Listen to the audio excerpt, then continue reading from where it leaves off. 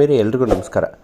ಎಲ್ಲ ಶಾಲೆಗಳು ಸಹ ಇಕೋ ಕ್ಲಬ್ಗೆ ಸಂಬಂಧಪಟ್ಟಂತೆ ಒಂದು ಅಪ್ಡೇಟ್ ಮಾಹಿತಿ ಇದೆ. ಎಲ್ಲ ಶಾಲೆಗಳು ಸಹ ಇದನ್ನು ತಿಳ್ಕೊಳ್ಬೇಕು. ಏನಪ್ಪ ಅದು ವಿಶೇಷ ಒಂದು ಅಪ್ಡೇಟ್ ಮಾಹಿತಿ ಅಂತಂದರೆ, ಎಲ್ಲ ಶಾಲೆಗಳ ಮುಖ್ಯ ಶಿಕ್ಷಕರು ಒಂದು ಇಕೋ ಕ್ಲಬ್ಗೆ ಸಂಬಂಧಪಟ್ಟಂತೆ ಒಂದು ನೋಟಿಫಿಕೇಷನನ್ನು ಅಪ್ಲೋಡ್ ಮಾಡಬೇಕು. ಅಂದರೆ ಇಕೋ ಕ್ಲಬ್ಸ್ ಫಾರ್ ಮಿಷನ್ ಲೈಫ್ಗೆ ಸಂಬಂಧಿಸಿದಂಥ ಒಂದು ನೋಟಿಫಿಕೇಷನನ್ನು ಒಂದು ವೆಬ್ಸೈಟ್ ಪೋರ್ಟಲ್ನಲ್ಲಿ ಅಪ್ಲೋಡ್ ಮಾಡಬೇಕಾಗಿದೆ. ಅದನ್ನು ಹೇಗೆ ಅಪ್ಲೋಡ್ ಮಾಡಬೇಕು, ಮತ್ತು ಅದು ಯಾವ ವೆಬ್ಸೈಟು, ಮತ್ತು ಅದರ ಅಡ್ರೆಸ್ ಏನು, ಮತ್ತು ಅದನ್ನು ಇಮೇಜ್ನಲ್ಲಿ ಹೇಗೆ ಅಪ್ಲೋಡ್ ಮಾಡಬೇಕು ಅನ್ನೋದ್ರ ಬಗ್ಗೆ ನಿಮಗೆ ಸ್ಪಷ್ಟವಾದಂಥ ಒಂದು ಮಾಹಿತಿಯನ್ನು ತಮ್ಮ ಜೊತೆಗೆ ಹಂಚಿಕೊಳ್ತಾ ಇದ್ದೀನಿ ಸ್ನೇಹಿತರೆ. ಅಂದರೆ ಈ ವಿಡಿಯೋವನ್ನು ಸಂಪೂರ್ಣವಾಗಿ ತಾವು ಗಮನಿಸಿದರೆ ಈ ಒಂದು ವೆಬ್ಸೈಟ್ನಲ್ಲಿ ಪಾಸ್ವರ್ಡ್ ಎಲ್ಲಿರುತ್ತೆ, ಪಾಸ್ವರ್ಡ್ ಹೇಗೆ ಕ್ರಿಯೇಟ್ ಮಾಡ್ಕೊಳ್ತೀವಿ, ಮತ್ತು ಪಾಸ್ವರ್ಡ್ ಏನು ಅನ್ನೋದ್ರ ಬಗ್ಗೆಯೂ ಸಹಿತ ಸಂಪೂರ್ಣವಾಗಿ ಮಾಹಿತಿಯನ್ನು ಕೊಡ್ತಾ ಹೋಗ್ತೀನಿ.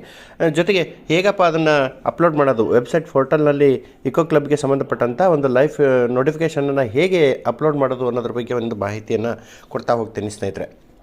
ನಮ್ಮ ಮೊಬೈಲ್ನಲ್ಲಿರ್ತಕ್ಕಂಥ ಗೂಗಲ್ ಸರ್ಚ್ ಇಂಜಿನ್ಗೆ ಹೋಗ್ಬಿಟ್ಟು ಇಕೋ ಕ್ಲಬ್ ಅಂತ ಟೈಪ್ ಮಾಡಿ. ಇಕೋ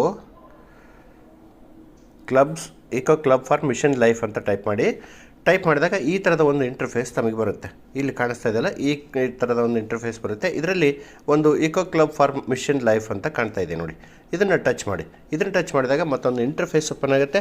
ಈ ಒಂದು ಇಂಟರ್ಫೇಸ್ನಲ್ಲಿ ನಿಮಗೆ ಈ ಥರದ ಒಂದು ಪೇಜ್ ಓಪನ್ ಆಗುತ್ತೆ. ಅಲ್ಲಿ ಟಚ್ ಮಾಡಿದ ತಕ್ಷಣ ನಿಮಗೆ ಈ ಥರದ ಒಂದು ಇಂಟರ್ಫೇಸ್ ಓಪನ್ ಆಗುತ್ತೆ. ಈ ಒಂದು ಪೇಜ್ನಲ್ಲಿ ನಿಮ್ಗೆ ಏನು ಕಾಣಿಸ್ತಾ ಇದೆಯಪ್ಪ ಅಂತಂದರೆ, ಮುಖ್ಯವಾಗಿ ಇಲ್ಲಿ ಇಕೋ ಕ್ಲಬ್ಸ್ ಅಂತ ಕಾಣುತ್ತೆ. ಇದರ ಜೊತೆಗೆ ನಿಮಗೆ ಯಾವ ಲ್ಯಾಂಗ್ವೇಜ್ ಪೇಜ್, ಅಂದರೆ ಈ ಪೇಜ್ನಲ್ಲಿ ಯಾವ ಲ್ಯಾಂಗ್ವೇಜ್ ಬೇಕು ಅದನ್ನು ಸೆಲೆಕ್ಟ್ ಮಾಡ್ಕೊಳ್ಬೋದು. ಹಿಂದಿ ಬೇಕಾದರೆ ಹಿಂದಿ, ಇಂಗ್ಲೀಷ್ ಬೇಕಾದರೆ ಹಿಂದಿ. ಅದಾದಮೇಲೆ ಸ್ನೇಹಿತರೆ, ಇಲ್ಲಿ ಮೇಲ್ಗಡೆ ಕಾಣಿಸ್ತಾ ಇದೆ ಲಾಗಿನ್ ಅಂತ ಕಾಣ್ತಾ ಇದೆ. ಇದನ್ನು ಟಚ್ ಮಾಡಬೇಕಾಗುತ್ತೆ. ಇದನ್ನು ಟಚ್ ಮಾಡಿದಾಗ ನಿಮ್ಗೆ ಏನಾಗ್ತಾ ಇದೆ, ಮತ್ತೊಂದು ಇಲ್ಲಿ 3 ಪಾಪಪ್ ಬಾಕ್ಸ್ ಓಪನ್ ಕಾಣುತ್ತೆ. ಅದೇನಪ್ಪ ಅಂದರೆ ಸ್ಕೂಲ್ ಲಾಗಿನ್, ಫ್ಯಾಕಲ್ಟಿ ಲಾಗಿನ್ ಮತ್ತು ಸ್ಟೇಟ್ ಅಡ್ಮಿನ್ ಲಾಗಿನ್ ಅಂತ ಕಾಣುತ್ತೆ. ನಾವು ಸ್ಕೂಲ್ ಲಾಗಿನ್ ಅಂತ ಟಚ್ ಮಾಡ್ತಾ ಇದ್ದೀವಿ. ಅದಾದಮೇಲೆ ನಿಮಗೆ ಈ ಥರ ಒಂದು ಪಾಪಪ್ ಬಾಕ್ಸ್ ಓಪನ್ ಆಗುತ್ತೆ. ಸ್ಕೂಲ್ ಲಾಗಿನ್ಗೆ ಸಂಬಂಧಪಟ್ಟಂಥ ಒಂದು ಪಾಪಪ್ ಬಾಕ್ಸ್. ಇದರಲ್ಲಿ ನೀವೇನು ಮಾಡ್ತಾ ಇದ್ರಿ, ಈ ಪಾಪಪ್ ಬಾಕ್ಸ್ನಲ್ಲಿ ನೀವೇನು ಮಾಡ್ತಾ ಇದ್ರಿ ಅಂದರೆ ಯುಡೈಸ್ ನಂಬರನ್ನು, ನಿಮ್ಮ ಶಾಲೆಗೆ ಸಂಬಂಧಪಟ್ಟಂಥ ಯುಡೈಸ್ ನಂಬರನ್ನು ಟೈಪ್ ಮಾಡ್ತಾ ಇದ್ರಿ. ಟೈಪ್ ಮಾಡಿ ಆದಮೇಲೆ ಇಲ್ಲಿ ಕಂಟಿನ್ಯೂ ಅಂತ ಕಾಣ್ತಾ ಇದೆ. ಈ ಕಂಟಿನ್ಯೂವನ್ನು ಕೊಡಿ. ಕಂಟಿನ್ಯೂವನ್ನು ಕೊಟ್ಟ ತಕ್ಷಣ ನಿಮ್ಗೆ ಏನಾಗುತ್ತೆ ಅಂತಂದರೆ, ನಿಮಗೆ ಒಂದು OTP ಬರುತ್ತೆ. ಅಂದರೆ ಯಾವುದು OTP ಯಾವ ನಂಬರಿಗೆ ಬರುತ್ತೆ ಅಂತಂದರೆ, ನಿಮ್ಮ ಒಂದು ಯುಡೈಸ್ ಪ್ಲಸ್ನಲ್ಲಿ ಏನು ವೆಬ್ಸೈಟ್ ಇದೆ, ಆ ಒಂದು ಯುಡೈಸ್ ಪ್ಲಸ್ನಲ್ಲಿ ಇರ್ತಕ್ಕಂತಹ ಮೊಬೈಲ್ ನಂಬರ್ ಏನು ರಿಜಿಸ್ಟ್ರೇಷನ್ ಆಗಿರುತ್ತೆ ಆ ಒಂದು ಮೊಬೈಲ್ಗೆ OTP ಬರುತ್ತೆ. ಇಲ್ಲ ಅಂತಂದರೆ ಇಮೇಲ್, ಅಲ್ಲಿ ಯುಡೈಸ್ ಪ್ಲಸ್ನಲ್ಲಿ ಇರ್ತಕ್ಕಂಥ ಇಮೇಲ್ಗೆ ಸಂಬಂಧಪಟ್ಟಂತೆ ಅದರಲ್ಲಿ OTP ಬರುತ್ತೆ. ಯಾವುದಾದ್ರೂ ಒಂದರಲ್ಲಿ OTP ಬರುತ್ತೆ. ಅದನ್ನು ನೀವೇನು ಮಾಡಬೇಕಾಗುತ್ತೆ ಸ್ನೇಹಿತರೆ, ಇಲ್ಲಿ ಎಂಟ್ರಿಯನ್ನು ಮಾಡಬೇಕಾಗುತ್ತೆ. ಇಲ್ಲಿ ಎಂಟರ್ OTP ಅಂತ ಕಾಣ್ತಿದೆ. ಆ ಒಂದು ಎಂಟರ್ OTP ಆದಮೇಲೆ ಕ್ಯಾಪ್ಚಾ ಕೋಡಿಗೆ ಬರುತ್ತೆ. ಆ ಕ್ಯಾಪ್ಚಾ ಕೋಡನ್ನು ನೀವು ಎಂಟ್ರಿ ಮಾಡಬೇಕಾಗತ್ತೆ. ಇಲ್ಲಿ ನಾನು OTP ಎಂಟ್ರಿ ಮಾಡ್ತಾಯಿದ್ದೀನಿ. OTP ಎಂಟ್ರಿ ಮಾಡ್ತಾಯಿದ್ದೀನಿ. ಅದಾದಮೇಲೆ ಇಲ್ಲಿ ಕ್ಯಾಪ್ಚಾ ಕೋಡನ್ನು ಕರೆಕ್ಟಾಗಿ ಎಂಟ್ರಿ ಮಾಡಬೇಕಾಗುತ್ತೆ.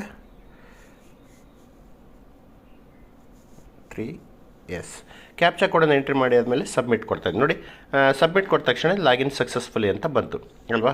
ಈಗ ಲಾಗಿನ್ ಆಯಿತು. ಅದಾದಮೇಲೆ ನ್ಯೂ ಪಾಸ್ವರ್ಡನ್ನು ನೀವು ಇದು ಮಾಡ್ಕೋಬೇಕು, ಸೆಟ್ ಮಾಡ್ಕೋಬೇಕಾಗತ್ತೆ. ಅಂದರೆ ಈಗ ಪಾಸ್ವರ್ಡ್ ಏನಿರುತ್ತೋ ಆ ಪಾಸ್ವರ್ಡ್ ನ್ಯೂ ಪಾಸ್ವರ್ಡನ್ನು ಇಲ್ಲಿ ಪಾಸ್ವರ್ಡನ್ನು ಸೆಟ್ ಮಾಡ್ಕೊಂಡು ಕನ್ಫರ್ಮ್ ಪಾಸ್ವರ್ಡನ್ನು ಕೊಡಬೇಕು. ಅದೇ ಸೇಮ್ ಪಾಸ್ವರ್ಡನ್ನು ಮತ್ತೆ ಕನ್ಫರ್ಮ್ ಮಾಡಬೇಕು. ಕನ್ಫರ್ಮ್ ಕೊಟ್ಟಮೇಲೆ ನಿಮಗೆ ಲಾಗಿನ್ ಆದ ತಕ್ಷಣ ಈ ಥರದ ಒಂದು ಪೇಜ್ ನಿಮಗೆ ಕಾಣಿಸ್ತಾ ಇದೆ. ಇದು ಈ ಥರ ಕಾಣಿಸ್ತಾ ಇದೆ ಅಂತಂದಾಗ ನಾವು ಇದನ್ನು ಡೆಸ್ಕ್ಟಾಪ್ ಸೈಟ್ ಮಾಡ್ಕೊಳ್ಬೋದು. ಡೆಸ್ಕ್ಟಾಪ್ ಸೈಟ್ ಕೂಡ ಮಾಡ್ಕೊಂಡಾಗ ನಮಗೆ ಈ ಪೇಜ್ ಪಾಪಪ್ ಬಾಕ್ಸ್ ಒಂದು ಓಪನ್ ಆಗುತ್ತೆ. ಇದರಲ್ಲಿ ನೋಡಿ ಕಾಣಿಸ್ತಾ ಇದೆ ಸ್ನೇಹಿತರೆ, ಇಲ್ಲಿ eco clubs for mission life notification ಅಂತ ಕಾಣುತ್ತೆ. ಅದಾದಮೇಲೆ ನಿಮಗೆ ಅಪ್ಲೋಡ್ ಇಮೇಜ್ ಅಂತ ಕಾಣುತ್ತೆ. ಇಲ್ಲಿ ಕಾಣಿಸ್ತಾ ಇದೆ ನಿಮಗೆ. ಇಲ್ಲಿ ಇದಕ್ಕೆ ಸಂಬಂಧಪಟ್ಟಂಥ ಒಂದು ಫಾರ್ಮೆಟನ್ನು ಅಪ್ಲೋಡ್ ಮಾಡಬೇಕು. ಅದು ಎಲ್ಲಪ್ಪ ಅಂತಂದರೆ ಇಲ್ಲಿ ಚೂಸ್ ಫೈಲ್ ಅಂತ ಕಾಣುತ್ತೆ. ಇಲ್ಲಿ ಚೂಸ್ ಫೈಲ್ ಆದಮೇಲೆ ನೀವೇನು ಮಾಡಬೇಕು, ಅಕಸ್ಮಾತ್ ನನ್ನ ಹತ್ರ ಮಾಹಿತಿ ಇಲ್ಲ ಅಂತಂದರೆ ಇಲ್ಲಿ ಡೌನ್ಲೋಡ್ ವರ್ಡ್ ಫೈಲ್ ಅಂತ ಕಾಣುತ್ತೆ. ಅದನ್ನು ಡೌನ್ಲೋಡ್ ಮಾಡಿಕೊಂಡು ನೀವು ಸಬ್ಮಿಟ್ ಮಾಡಬೇಕಾಗುತ್ತೆ ಸ್ನೇಹಿತರೆ. ಇಲ್ಲಿ ಟಚ್ ಮಾಡಿದಾಗ ನಿಮಗೆ ಈ ಥರದೊಂದು ಬಾಕ್ಸ್ ಓಪನ್ ಆಗುತ್ತೆ. ಇದಾದಮೇಲೆ ನೀವು ಅದನ್ನು ಈಗ ಆಲ್ರೆಡಿ ಸ್ಕ್ಯಾನ್ ಮಾಡಿ ನೀವು ಒಂದು ಫೋಟೋವನ್ನು ಅಪ್ಲೋಡನ್ನು ಇಟ್ಕೊಳ್ಬೇಕಾಗತ್ತೆ. ಉದಾಹರಣೆಗೆ ನಾನೀಗ ಒಂದು ಇಟ್ಕೊಂಡಿದ್ದೇನೆ, ಅದನ್ನು ಅಪ್ಲೋಡ್ ಮಾಡ್ತಾಯಿದ್ದೀನಿ. ಇಲ್ಲಿ ನೋಡಿ, ಅಪ್ಲೋಡ್ ಮಾಡಿದಾಗ ನಿಮಗೇನಾಗುತ್ತೆ, ಅಕಸ್ಮಾತ್ ನೀವು ಏನಾದರೂ ಇಲ್ಲಿ ಅಪ್ಲೋಡ್ ಬಂತು. ಇಲ್ಲಿ ಈಗ ನೋಡಿ, ಇಲ್ಲಿ ನನಗೆ ಆ ಹೆಸರು ಬಂತು, ಫೈಲ್ ಹೆಸರು ಬಂತು. ಅದಾದಮೇಲೆ ಇಲ್ಲಿ ಬಂದು ಕೂತ್ಕೊಂಡಿದೆ. ಪ್ರಿವ್ಯೂ ಬೇಕಾದ್ರೆ ಆ ಒಂದು ಪೇಜ್ ಹೌದು ಅಲ್ವೋ ಅಂತ ಚೆಕ್ ಕೂಡ ಮಾಡ್ಕೋಬೋದು. ಪ್ರಿವ್ಯೂವನ್ನು ಕೂಡ ನೋಡ್ಕೋಬೋದು. ಅಕಸ್ಮಾತ್ ಮಿಸ್ಟೇಕ್ ಆಗಿ ನಾನು ಬೇರೆ ಫೈಲನ್ನು ಅಪ್ಲೋಡ್ ಮಾಡಿದ್ದೆ ಆದರೆ ಇಲ್ಲಿ ಡಿಲೀಟ್ ಅಂತ ಬರ್ತಾಯಿದೆ. ಅದನ್ನು ಡಿಲೀಟ್ ಕೂಡ ಮಾಡ್ಕೋಬೋದು. ಡಿಲೀಟ್ ಮಾಡಿಕೊಂಡು ನೀವೇನು ಮಾಡ್ಬೋದು, ಮತ್ತು ಹೊಸ ಫೈಲನ್ನು ಅಪ್ಲೋಡ್ ಮಾಡ್ಬೋದು. ಇದಾದಮೇಲೆ ನೀವೇನು ಮಾಡ್ತಾಯಿದ್ರಿ ಸ್ನೇಹಿತರೆ, ಇಲ್ಲಿ ಅಂತಂದರೆ ಇಲ್ಲಿ ಸಬ್ಮಿಟ್ ಅಂತ ಕಾಣ್ತಿದೆ. ಸಬ್ಮಿಟ್ ಅಂತ ಕಾಣ್ತಿದೆಯಲ್ಲ, ಈ ಸಬ್ಮಿಟನ್ನು ಟಚ್ ಮಾಡಿದಾಗ ನಿಮಗೇನಾಗುತ್ತೆ, ಆ ಒಂದು ಫೈಲು ಅಂದರೆ eco clubs for mission life ನೋಟಿಫಿಕೇಷನ್ಗೆ ಸಂಬಂಧಪಟ್ಟಂಥ ಒಂದು ಫೈಲು ಏನಾಗುತ್ತೆ ಅಪ್ಲೋಡ್ ಆಗುತ್ತೆ ಸ್ನೇಹಿತರೆ. ಈ ರೀತಿಯಾಗಿ ನಿಮ್ಮ ಶಾಲೆಯ ಒಂದು ಇಕೋ ಕ್ಲಬ್ಗೆ ಸಂಬಂಧಪಟ್ಟಂಥ ಒಂದು ಫೈಲನ್ನು ಅಪ್ಲೋಡ್ ಮಾಡಿ ಸ್ನೇಹಿತರೆ. ಎಲ್ರಿಗೂ ನಮಸ್ಕಾರ, ಧನ್ಯವಾದಗಳು.